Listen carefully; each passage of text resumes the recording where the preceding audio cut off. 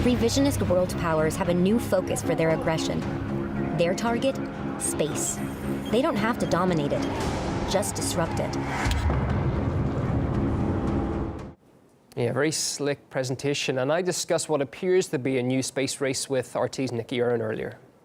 The US has just unveiled its latest plan to fit sensors to its satellites. And it's not just its own satellites it's going to be doing that to, it's also its allies' satellites. And as we know, satellites key for communication, navigation and intelligence these days, especially in the scenario of war.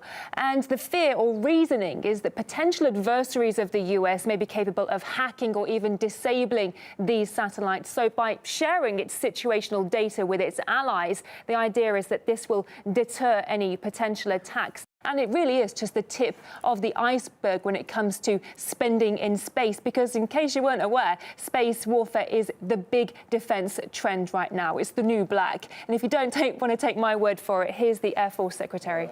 I cannot think of a military action that does not depend on space.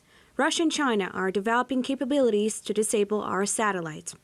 And it seems like the big incentive for such a focus seems to be the capabilities of these potential adversaries with their own space programs. Of course, it's China and Russia. And there's this idea of a space war being promoted as something not too distinguishable from a video game. See if you can spot the difference between the actual Air Force Space Command promo video and a video game. The United States Air Force has owned this high ground of space for decades.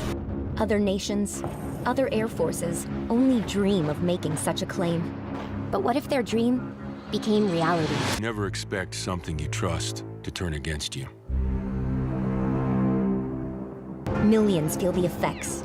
Banks, airports, infrastructure. You left us open to full-scale invasion. We'll compete, and we'll win. I'm pretty lucky that you put the strappers on the screen there, because I wouldn't have been able to distinguish between the video game and what is now reality by the US Air Force. What's the big grand plan here? Well, they're pouring billions into this new space technology, roping in space whiz kids such as SpaceX's Elon Musk, who can show that he can not only deliver, he can do it quickly. You know, no need to wait around years and years for a prototype any longer. And while the jamming of satellites is one concern, the question now is, you know, when are we going to see, or how long is it before we see actual physical attacks in outer space? And some reports say this is already a possibility. In fact, speaking in February, the US Air Force Chief of Staff said that it was just a matter of years before we're going to see American forces fighting from space. Now, regardless of whether this is the case or not, the US is definitely determined to be a leader in this field. The character of warfare has changed. We envision a constellation of nanosatellites, always the predator, never the prey. And in his own inimitable way, the President of the United States also expressed his excitement at the militarization of space. Space is a warfighting domain, just like the land, air, and sea. We may even have a Space Force, develop another one, Space Force. We have the Air Force, we'll have the Space Force.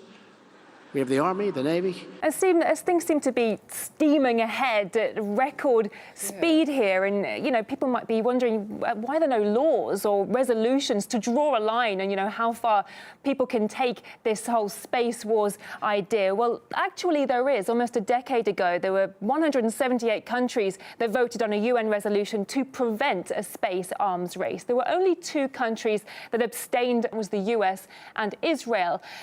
Also, Washington blocked a joint Russian-Chinese effort to ban all weapons in space. So perhaps an inkling there, almost a decade ago, that the US had designs on the militarization of space and was perhaps already, as you said, staking its claim to the stars.